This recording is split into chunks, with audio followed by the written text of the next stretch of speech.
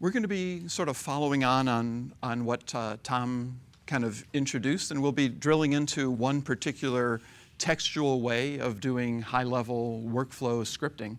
And just to sort of set the context of where we're going with this, you know, all through this workshop, you've probably been kind of keenly aware of this continuum of the fact that as our machines and software capabilities get bigger and bigger and our ability to simulate nature gets to higher and higher degrees of fidelity, you know, we're looking at increasing numbers of dimensions. We're doing various multiple time scales within a single simulation or single model or single workflow campaign. Our resolution in physical space is getting higher and going from static to, you know, dynamically adaptive. We're coupling many kinds of models and equations in the same kinds of simulation as we go to more multi-scale types of simulation. And our algorithms, you know, because of the capabilities and the, you know, sort of the longevity and the sophistication of our software are getting more and more complex. But the things that we're focusing on in this area where we start looking at the intersection of the workflow programming model and the kind of high-performance scientific programming models that you're used to kind of come into play here when we start looking at, you know, many components, either components of the model or more recently, you know, vast components of big data sets, and looking at ensemble methods where instead of just running a program once, we're running a program hundreds to tens of thousands of times to do various kinds of studies, you know, in particular uncertainty quantification, various kinds of parameter sweeps. And to try to optimize our models, we're also running, you know, higher level algorithms on top of the base models. And so now we have this complex nesting of many kinds of applications. So the area that we're focusing on with the programming model we're going to be talking about is this intersection with, you know, many objects, many components, many data sets composed of vast numbers of members, and methods that call for the execution of applications many, many times to form a larger application. And so when we talk about workflow in this context, we're talking about those methods at the right side of that continuum of scale. So as we look at workflows, the things that drive this are that, for one, we're running our base tasks many, many times, you know, hundreds to billions of invocations of the lower level functionality. And that could be driven by the method, it could be driven by the algorithms for simulation, or it could be driven by the size of the data set. We're also looking at, you know, an analysis. So a lot of times workflow is used at the back end of a modeling simulation campaign. So again, a large data set has emerged, you know, sometimes from instrumentation, sometimes from nature, sometimes from the models themselves. And then we are coupling to instrumentation. So there's a lot of examples we'll show that are very interesting in driving the workflow programming model where sophisticated instruments like our light sources, other accelerators, advanced microscopes, you know, a vast set of instruments are driving, you know, this preponderance of big data. And what's common about all these is this notion of many-task computing. So the notion that you're composing your computing methods by, you know, building up from large-scale functional piece parts. And the bottom line of this is that we're really looking at ways to program in the large. In other words, we're not looking at programming models here. We're not looking at programming the elements of analysis. We're looking at combining very large piece parts and trying to find a productive programming model for doing that. So a good illustration to motivate that is, for example, in drug discovery, you'll have, for example, a set of proteins modeled by a certain, you know, types of files. You'll have, you know, many chemical compounds that you're looking to treat as ligands and look at how those compounds dock with the, you know, the target molecules that are implicated in some kind of disease syndrome. And so this combination of trying to run a docking application across this many combinations is a very good driver for for this concept of many-task computing. You know, docking is expressed as a full functional application. It may be a serial application, and more often it may be itself a parallel MPI, OpenMP kind of application. And now we want to run that application 1 million or more times in a given data set. So the essence of what Justin and I are talking about here is a relatively new programming language for Swift, called Swift. We developed this starting around 2006. And the goal basically was to make this higher level of programming in the large look more like the kind of programming that we are accustomed to dealing with inside our models. And in particular, what we're trying to do here is to try to treat application codes, in other words, these large-scale pieces of functionality here like doc, we're trying to treat them much more like the kind of encapsulated functions that we deal with when we reference a function library. Okay, so in other words, we're trying to abstract the messiness that comes from crossing the high-level programming to scripting to command line boundaries and make this high-level programming look much more like an easy, understandable algorithm, and above all, one that is portable between the kinds of parallel environments that you're faced with running on. In other words, to be able to test this kind of high-level functionality on your desktop and then move it to a cluster, to a cloud, and then to a supercomputer without necessarily having to change the logic. Because all we're really trying to do in our programming logic is get at that high-level algorithm. The logic in your optimization, in your uncertainty quantification, in this case, in your drug docking kind of application. So we're looking to keep that very high level, very portable, and still achieve a very high level of performance, and sort of delegate all of the messiness in terms of dealing with diverse scheduling environments, moving data and data sets. In particular, those two big obstacles that make our typical expression of this kind of high-level code very messy and very complicated, and it causes it to obscure the fundamental things you're trying to do at the lower level. So Swift tries to elevate this to this style of programming language. And it runs in this kind of environment where you can run the language on a node that it could be your laptop, it could be a login node of the complex that you're running in, and then send work to a diverse set of resources. And we'll sort of come back to this a little bit later to talk a little bit about how that's accomplished. Swift itself is a simple language based on a couple of principles. So first of all, it has kind of a small set of traditional data types, int, strings, floats, and Booleans. And then it has a couple of structuring entities, typical arrays and struct-like collections of data. Arrays in Swift can be associative, so they can be integer indexed or string indexed. And then the most unique thing about the language is that it does two kinds of mappings. So first of all, it maps files in the external environment to variables in the data model. Okay, so you can associate a file with a scalar or a set of files with an array through this mapping construct in angle brackets. So in the angle bracket mapping construct, you can either specify a file name or various kinds of functions or primitives that can go out to a directory and select various sets of files and then associate them with those variables. And the second kind of mapping it does is, as I alluded to before, it maps functions in the namespace of the program to actual application codes that are standalone external executables.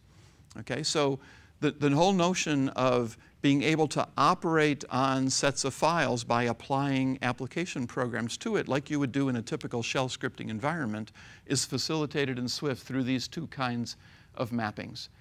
And then the second and perhaps most fundamental aspect of Swift is that it's based on dataflow.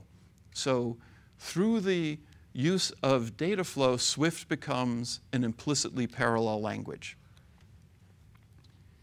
And so So in Swift, every variable or every element of an array, every element of a collection or a structure is a data object that is implemented as what we call a future. So this is a construct that many of you probably are familiar with in functional programming, so that makes a variable write once. So every time you set a variable in a given context, the variable is now finalized. It has its final value, so that any code that is waiting on that value to proceed can now execute.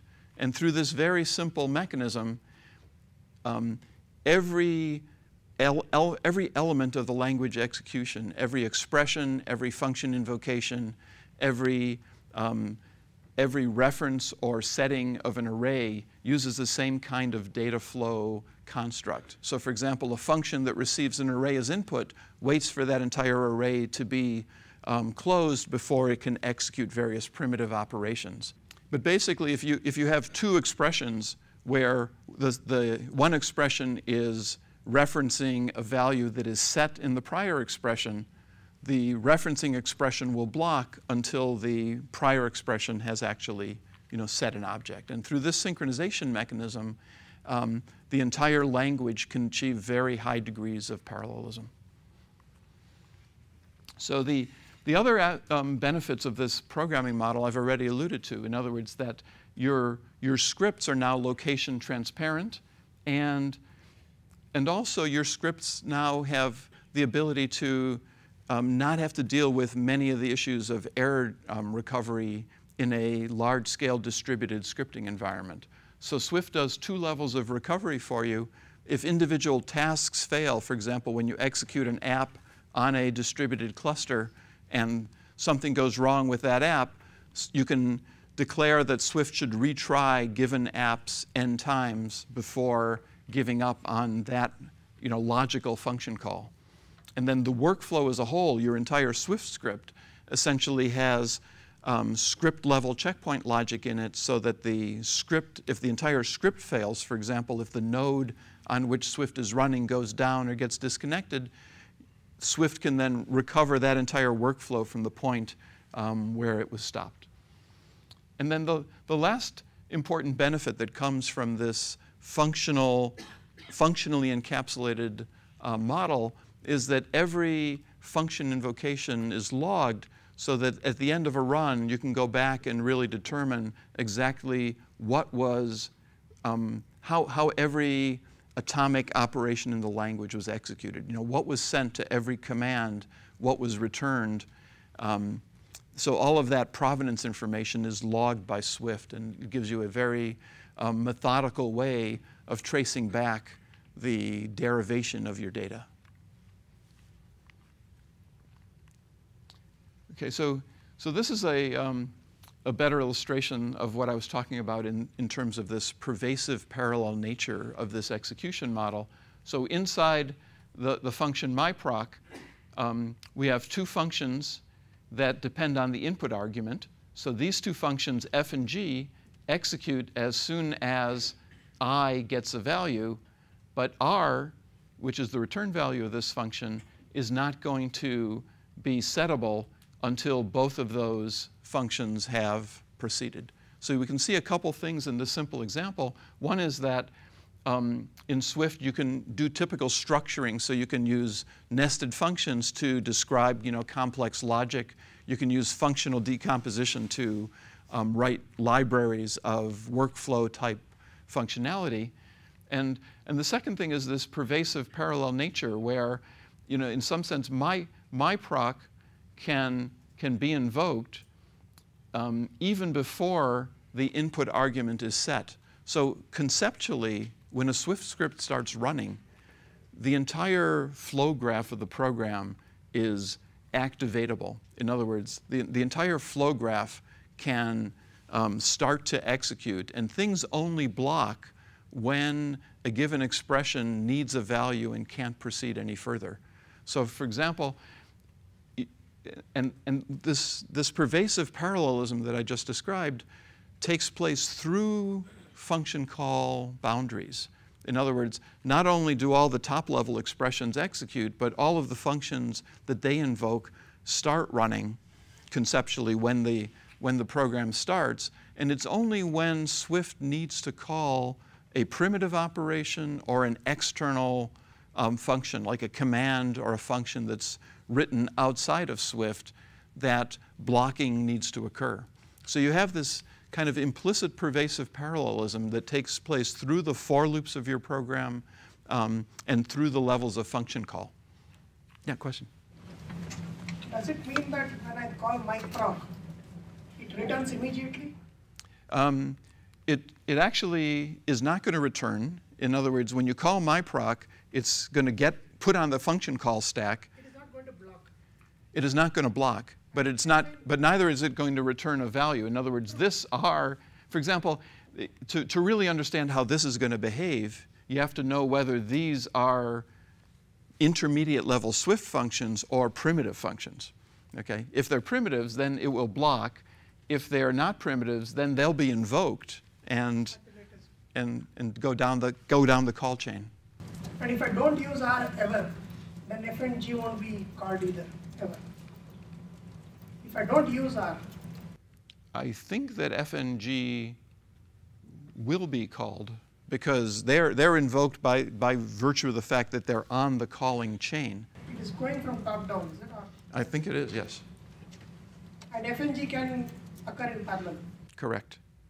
Correct. But I think that f and g are going to be invoked even if nothing is going to reference R. Okay. Although, correct me there? Well, first of all, there's no guarantee which order f and g will run. Okay. We don't make any guarantees about that. And secondly, if you don't use R, the compiler might throw away the addition at the end there. But it's still going to run f and g because they're external functions. They could have side effects, so we can't throw those away. Okay. So the compiler can observe that the addition isn't going to be thrown away, but it can't observe that f and g are going to be thrown away. You could do I/O there or whatever else. Those could be mapped as C functions or whatever else. So. Question? In the light of this, could you clarify once again what does exactly this mean and what is the side effect of it? Because it seems to me that somehow the role of I don't fully see what is the role of this syntax and how can, if I put in the code somewhere an F and a G, but if this execution, this instance or this experiment doesn't need it, then how do I make it not execute? I'm not sure how to directly answer your question. I think the example may be a little bit confusing because it's kind of stripped away out of its context. So when you code in Swift, okay, you'll typically a very common Swift script just consists of, for example, mapping an input set of data, a parallel for loop, and then inside the body of the for loop, you would typically invoke the application code. So if you remember that doc example that we showed before, doc would be described as a leaf level function. In other words, it's an external function. It's mapped to a real piece of code outside of Swift. Okay? So imagine that F is doc and G is some other kind of equivalent molecular simulation. Okay? And you're just going to run two parallel simulations on the same input data set. Okay? So when you would write this kind of function, for example, let's say you wanted to do two alternative models of a molecular docking, this is the kind of way that you would express it. You would, maybe my proc would be, 2doc or doc2, and then inside it would be, docking A and docking B, and the only takeaway from this is that those two things can run in parallel without writing any explicit code to sort of fork them off to wait for their results and things like that. Okay. Yeah? Semantically, should I expect this piece of code to be executed in serial? No. So the question was whether we should expect this piece of code to be executed serially. I mean, semantically. Oh, so the question is whether it's deterministic. Right. In other words, whether the results would be the same. So in Swift, in the latest version of Swift, the there's been a fair amount of study that convinces us that it is a deterministic programming model if, absent side effects from the external code. Okay, so that, for example, if all of your leaf functions here only had built-in primitives, for example, with no random number generation or timing considerations and things like that, you should have a deterministic programming model. And so I alluded earlier to the notion of, what's a variable in Swift, and this is what makes this programming model relatively easy to implement at the lower level. And so every variable is implemented as a structure that has a type, a value, and then a waiter list, so that as different expressions need the value of a variable, and the variable is set, they will proceed immediately. If the variable is not set, they'll be added to the waiter list of the future object and then proceed when the variable does get a value. Did you have a question in the back? I've seen a number of these sort of data flow parallel programming languages where they take the explicit control away from the programmer in terms of, I have a bunch of tasks and I need them done. And then one of the main questions or challenges I find is that frequently I know a little bit more about how to map the tasks to the resources than the execution engine does. Mm-hmm. And so what are the ways that this happens in terms of how the execution engine maps the tasks? And how do I explicitly override or communicate preferences? So one of the things that's taking place in here is throttling. So you could have a very large number of tasks mapped to a finite set of resources. And so there's various levels of throttling. And I'll mention in a moment that we have actually two implementations of Swift, sort of a classic one that was meant for traditional clusters, distributed clouds and grids, and a newer one that Justin will talk more about that's implemented for HPC. And so they both have varying methods to sort of specify to the runtime system what resources are available, be it the nodes within a HPC job or the multiple collections of nodes within multiple jobs or sets of cloud resources and things like that. So there's throttles that control all that. I don't communicate and say, hey, this thing's going to take 32 gigs of RAM. Don't start it up on the laptop. So there's when your external tasks have specific resource needs, in the classic Swift, you can basically map them to specific types of resources. So you can say, send this set of apps only to this set of nodes that I've put into a queue that has like big mem nodes or things like that. So there's a fair number of ways to specify the physical mappings that you're talking about, the knowledge you have of where things should go. But there's also, you raise a good point though, there's a lot of cases where Swift is going to take some control away from you because it's trying to automate everything, and you struggle to try to say, I really want this to run here now in this context. So Swift-T has a few constructs that give you a little bit more explicit control over scheduling, and Swift-K usually has ways to sort of kind of bypass some of the automation of Swift to get some explicit control. Some things are very natural, like mapping based on resource needs is very natural. Mapping where you really want to take over the synchronization is a little more difficult. And it's a trade-off, right? It's meant to be a high-level scripting language. It's really meant for scientists who want to basically combine their codes and run them at large scale in those earlier sets of methods I mentioned, like optimization or UQ and things like that, and not have to deal with the mechanics of the physical environment. And so you often wind up in this tension between those two goals. Okay. So we talked about pervasive data flow. I'm just going to mention another quick example of a data-intensive application, processing data from land use science satellite surveys.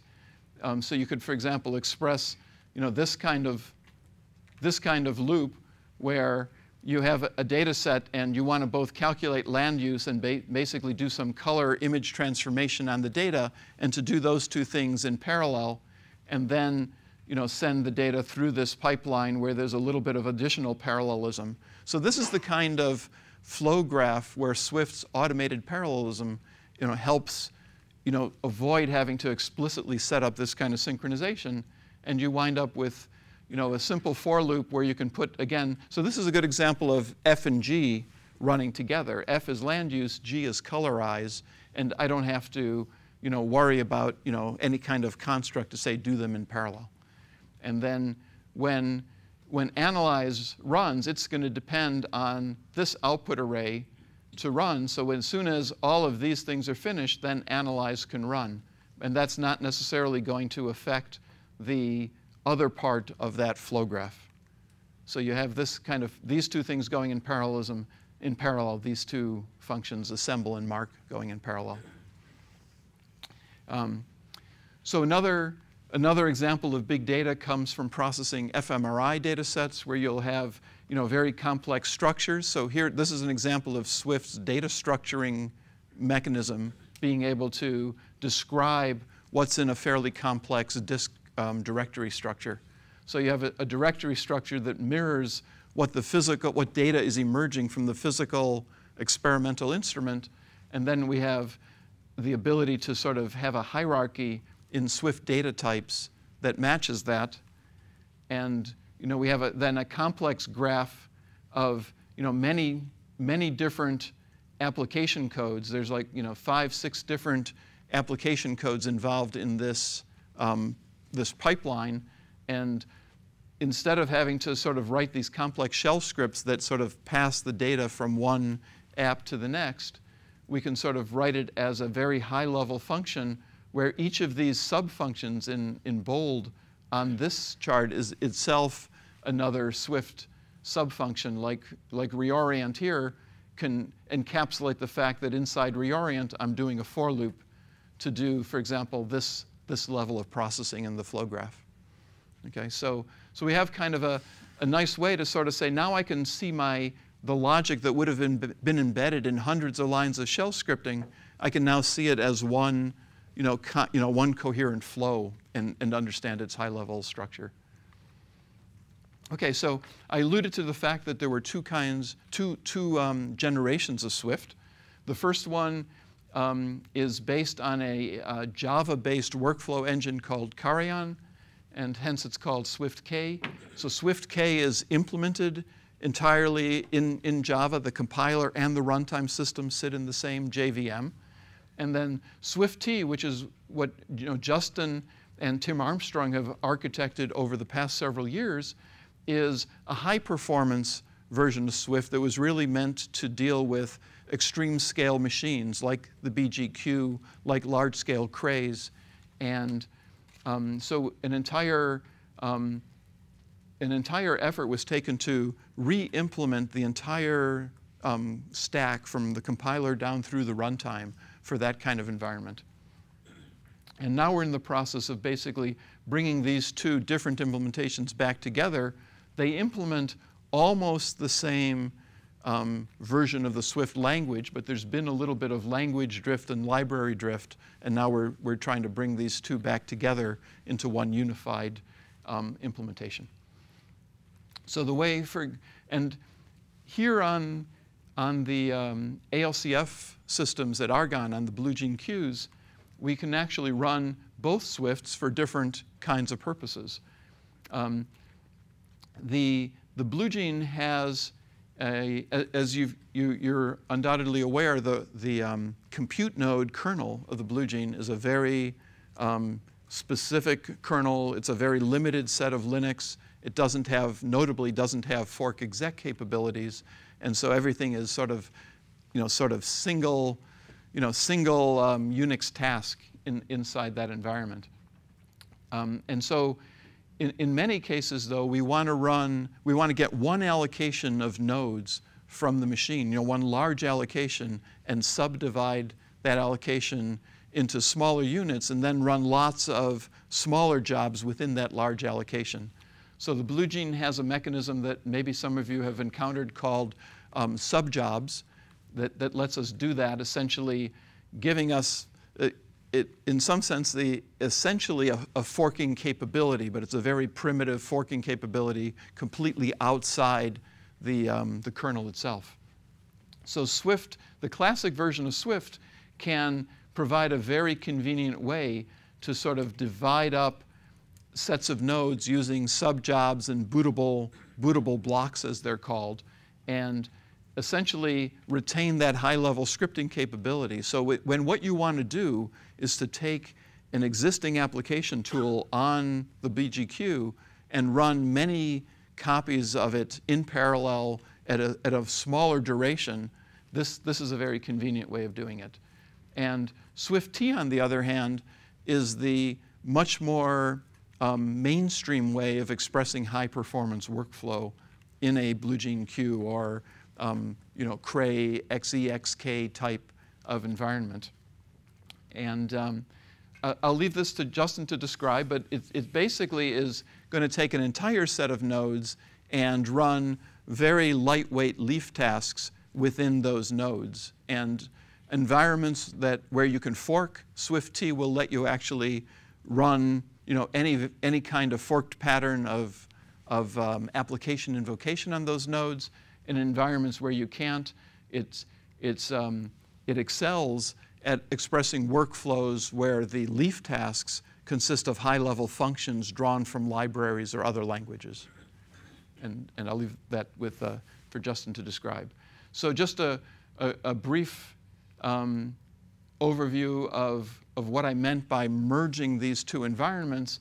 To achieve this in the classic Swift-K, this ability to run on one node and send work to lots of nodes, Swift uses an external network of servers and workers in a sort of a client-server socket-driven model to send work from Swift through its runtime system to distributed workers across these sets of nodes.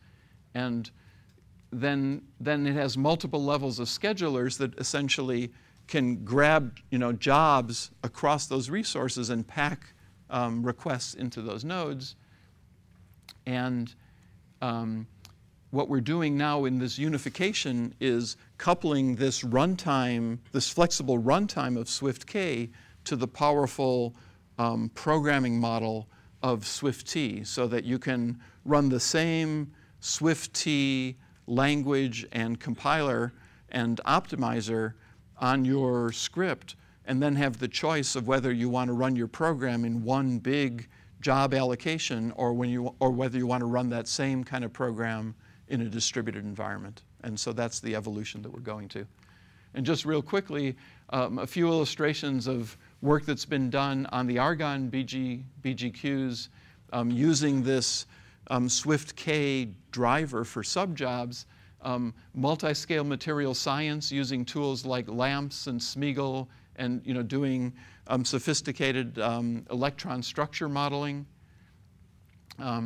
Many other applications have been done on a variety of resources ranging from power grid to Earth system subsurface modeling, properties of glassy materials. This is examples of looking at RNA protein interactions using various types of custom codes. A lot of a project that has used Swift almost entirely for all of its modeling and simulation studies is a project called RDCEP at UChicago that is looking at Earth system modeling global food production, and the influence of energy issues, of climate issues on the global food supply. So this involves running workloads of hundreds of thousands of invocations per study of external applications that do, for example, crop modeling and things like that. Okay. Examples here, more recently on the BGQ, running VASP to do Earth system modeling of planetary composition models. This is recent work using VASP that was run, again, with subjobs on the queue that's about to be published. And NEC 5000, which is a code that I think may have heard about in this in this in the ATPESC series. This is being expressed, so workflows to run hundreds of neck jobs over long periods of time, and then to do the to run those on Mira, and then to do the analysis on the Cooley machine, have also been expressed as Swift scripts, just running using Swift to control ordinary Q sub jobs in the Cobalt queue. Okay, I'm going to end here and pass things over to Justin, and he will give you a little bit more detail on Swift-T and its high performance programming model and how that's mapped to the blue gene queues. Yeah, so I'm Justin Wozniak. I'm at Argonne also, and I work primarily on Swift-T. So another diagram that kind of illustrates the difference between Swift-K and Swift-T is shown on this slide.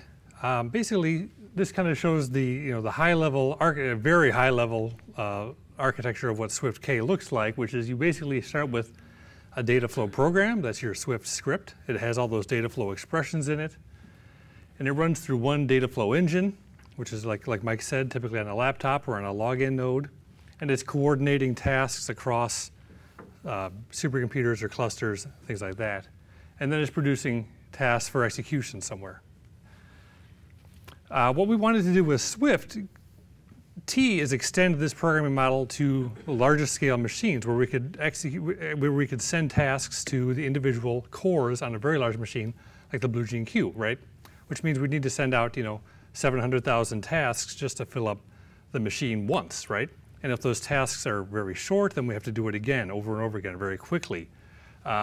Swift-K was limited to about 500 tasks per second, which was very good for a grid workflow system or for a cluster workflow system. But that wasn't enough, right? At 500 tasks per second, that's just not going to fill up the blue gene queue very quickly. That's going to take 700,000 times 2 seconds just to fill it up once. So what we needed to do is we needed a distributed data flow engine that could spit out tasks much more quickly, where we could evaluate the Swift program much more quickly and produce a whole bunch of tasks. Now, I know you guys have been through a lot of talks about MPI, and I noticed that it was actually quite a few days ago already that you had the ADLB talk, but what's shown here in the middle and with this queue is basically the ADLB queue. We actually built on top of ADLB. So whatever you remember about the ADLB talk, it's right in the middle of how Swift-T works. So Swift evaluates data flow expressions concurrently in Swift. It evaluates those expressions very quickly, fires off tasks, and then those tasks also get scheduled and distributed by ADLB. So we use those ADLB queues to distribute things. So everything from there down is basically ADLB, okay, with some slight modifications. So what does that look like when we glue the whole product together, right? That was a very sparse, high-level picture of what we're trying to do. What we really want to do is we want to allow the user to write the same programming language, that very nice high-level Swift scripting language, which is so much like other scripting languages that are out there. But we want to run everything over MPI. So we're essentially going to translate Swift into this program that runs on MPI. Okay, so we can use the native network libraries on the blue gene queue or another machine, and everything is communicating very quickly. Again, that's basically because we're also using ADLB, right? So ADLB is basically that MPI level.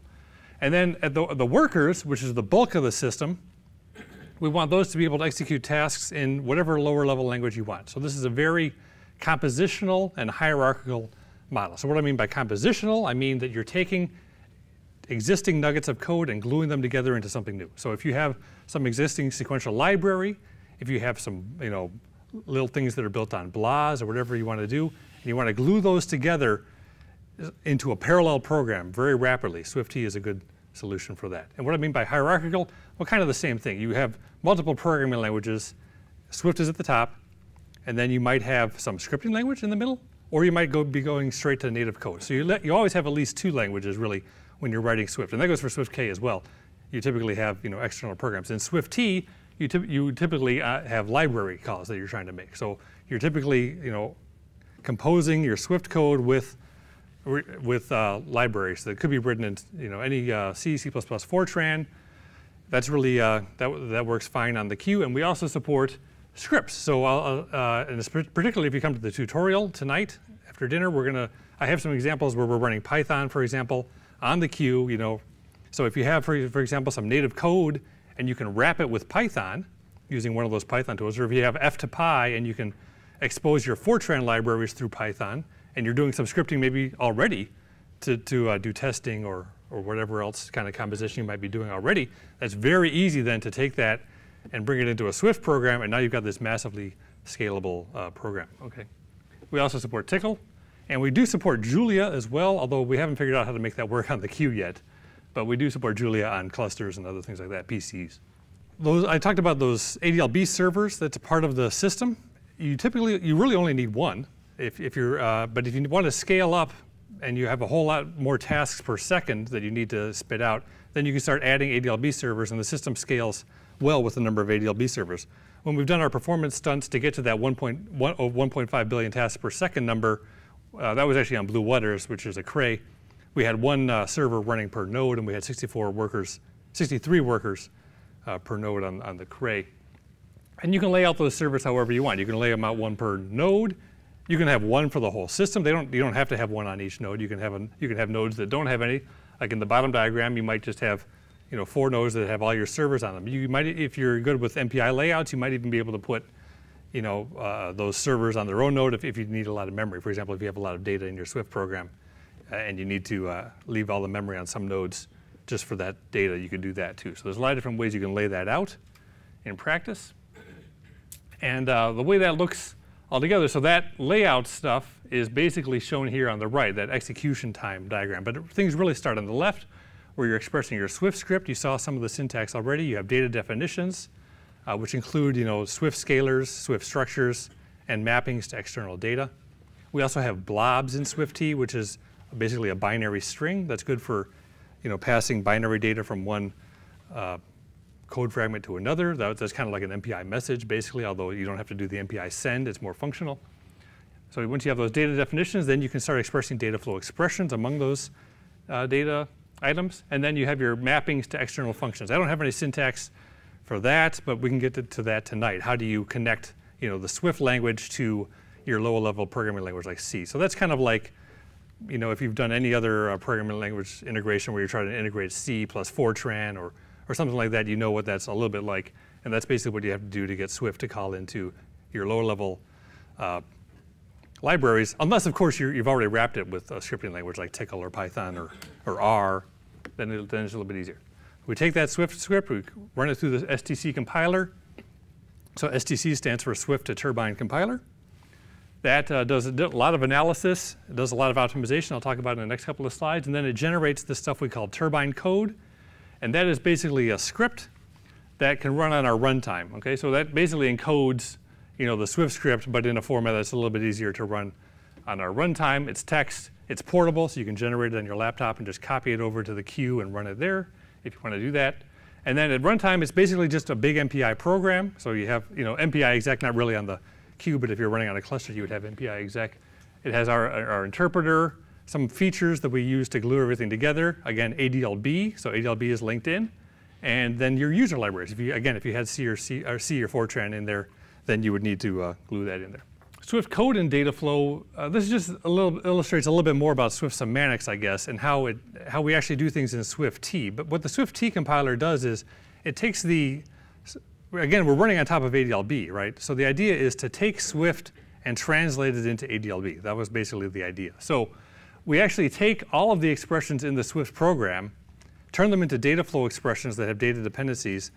So we have basically a data-dependent task. That's the basic turbine feature, is this data-dependent task. And then we can just kind of fire everything into ADLB, and we assume that ADLB is scalable and everything should work fine from there, okay?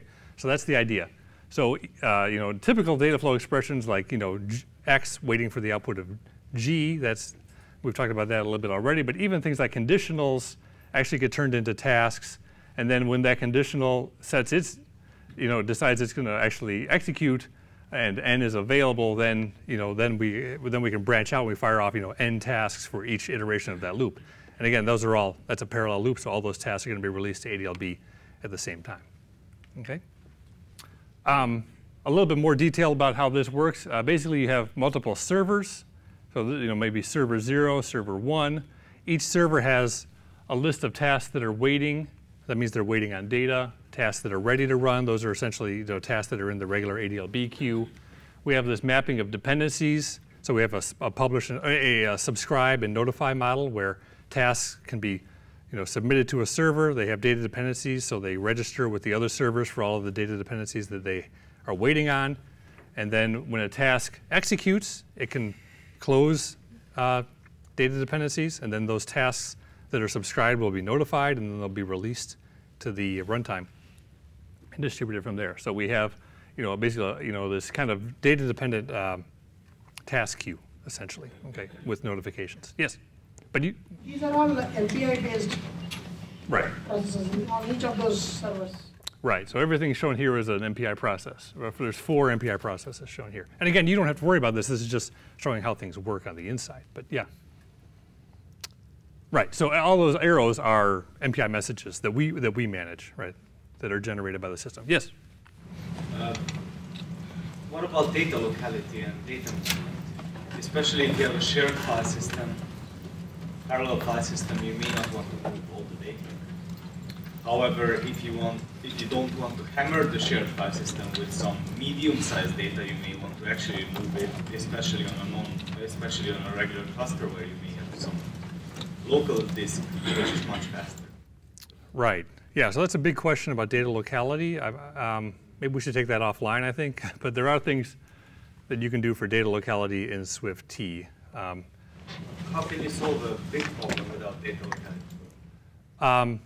Well, you can put data in memory in Swift, but as you can see, yeah, I mean, you would run out of memory eventually if you had really, really large data, right? I mean, you only have 16 gigabytes per compute node, so that is an issue. We do have a syntax for data locality where you can annotate a task in Swift and say, I want to run this task on this certain location. That can be a rank or a node.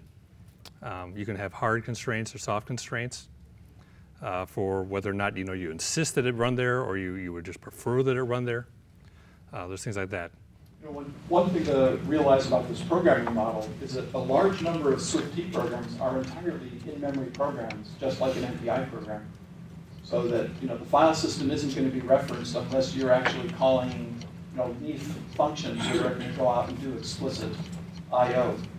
So a lot of data here is not, the data flow model here is more in memory, whereas in Swift-T, it's more of interconnection of file passing.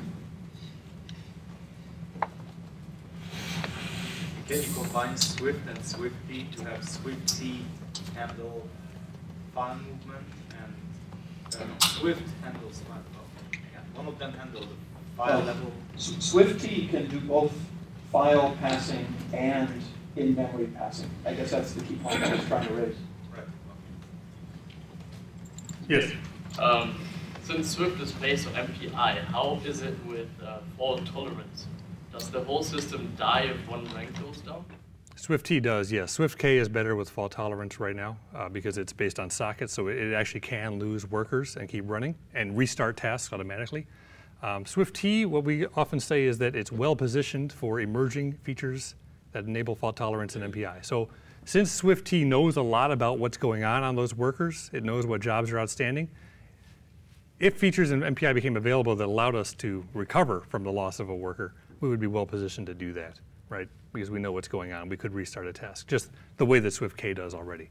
And both languages have a restart log capability, so they're able to essentially write out what they're doing as they make progress over time, and then you can restart them from where the log left off.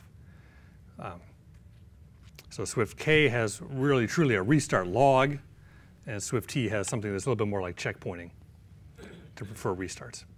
There's a little point about parallel tasks. So one of the things you might have is you may have an MPI library, a scientific component that you want to call from Swift, and that works too. So we make use of MPI 3 features.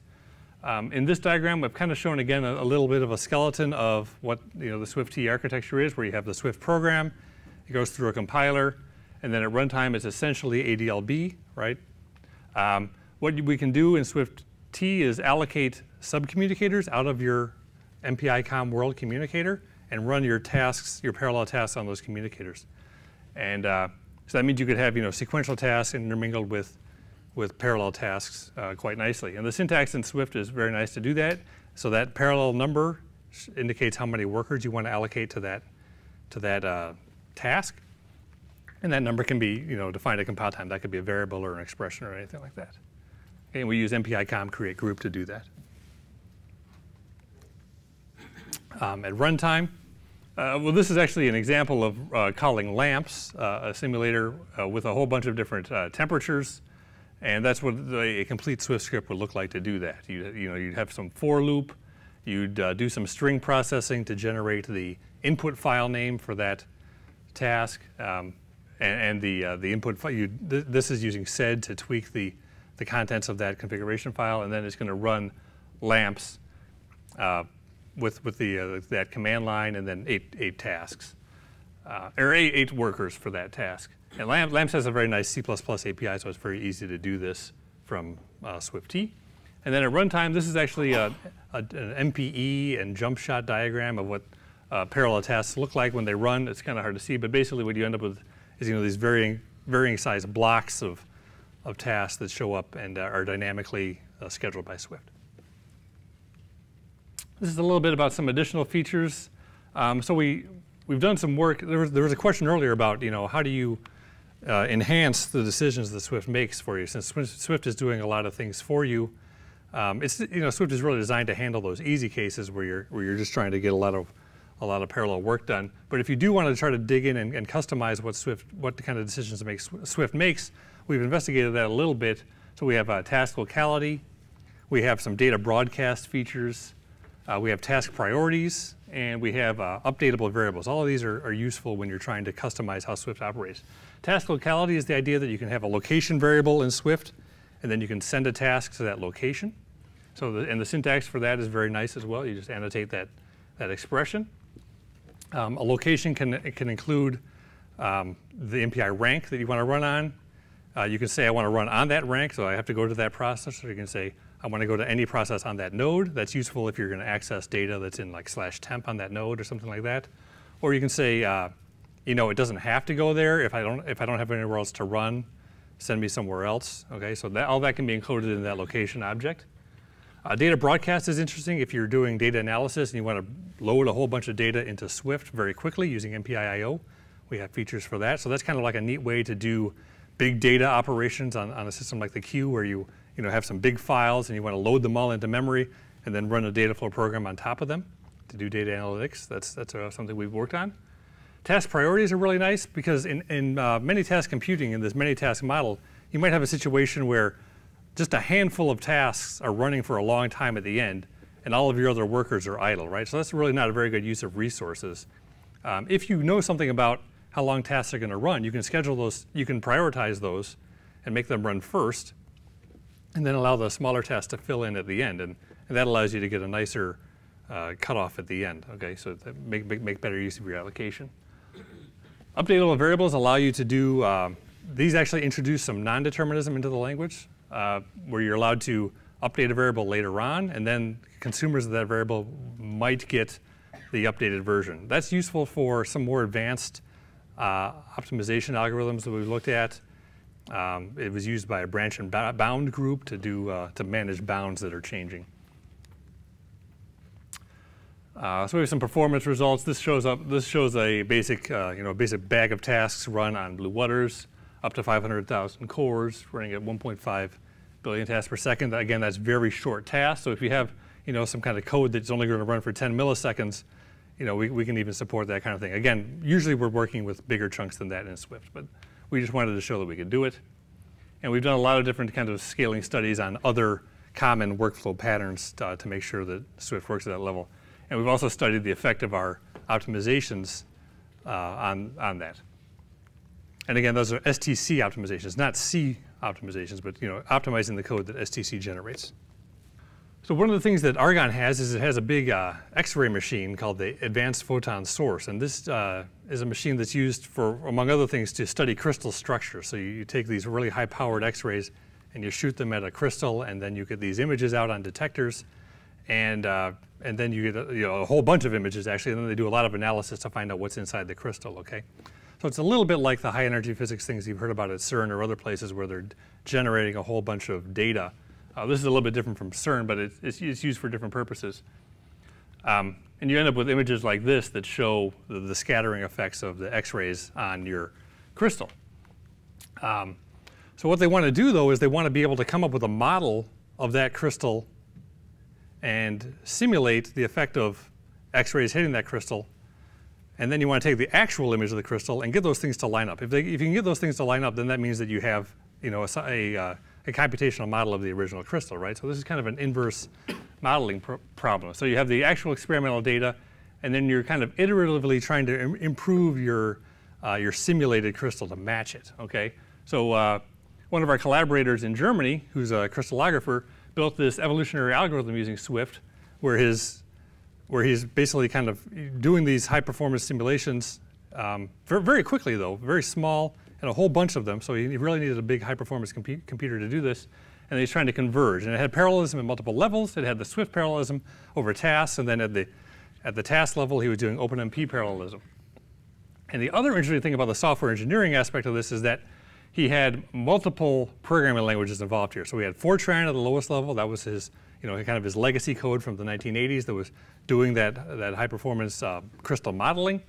He has his own macro language that he wrote in Fortran so he could script his Fortran, okay?